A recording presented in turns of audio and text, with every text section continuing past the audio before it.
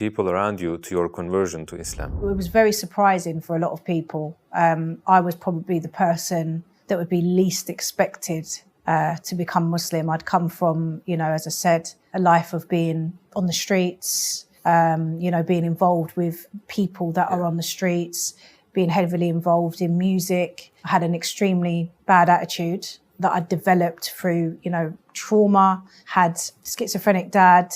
And so there was no one that would have said, Mercedes is going to be Muslim. How did you learn to make salah? And how did you feel when you first performed it? I learned the prayer online from YouTube. So I learned it like on step-by-step stages. And one of my friends helped me. So I'd say each line of Surah Al-Fatiha. I'd send it to him via voice note and he would say whether it was okay or not. And then, and then I was watching the movements, the Allahu Akbar and all of that. I was watching that to try and piece it together, which was, I found quite difficult. It was quite complicated, learning all the movements, learning what part of the words go with which movements, learning the Arabic and learning the English at the same time. It was very complex. But I had this kind of zealousness and this kind of passion to really learn as much as possible and implement as much as possible.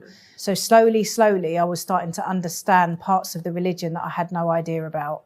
I can remember every single time I prayed, I would cry. I had this deep connection where I literally felt Allah subhanahu wa ta'ala was standing in front of me and I would cry every single time. What was the major challenge you faced after becoming Muslim? Covering up and things like that was a major lifestyle change. Dressing according to the sunnah, like, covering your hair, covering your body, that wasn't something I was used to. Like, as far as I was aware and how I'd been brought up, is that you wear what you want. So that was a massive adaptation and I struggled with that for many, many years. What would you like to say to people who are considering Islam but are afraid to accept it because of the practices like hijab, etc.?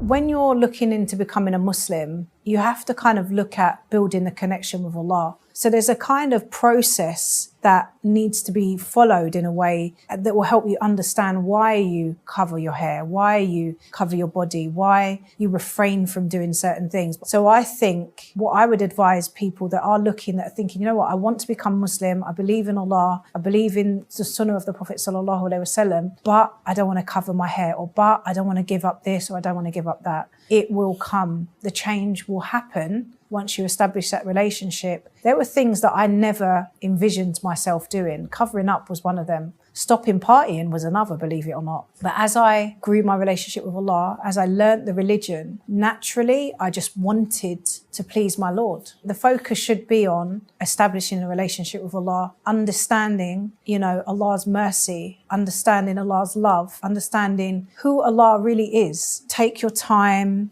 understand who you're worshipping, understand why you're worshipping Him, and things will follow. There's a misconception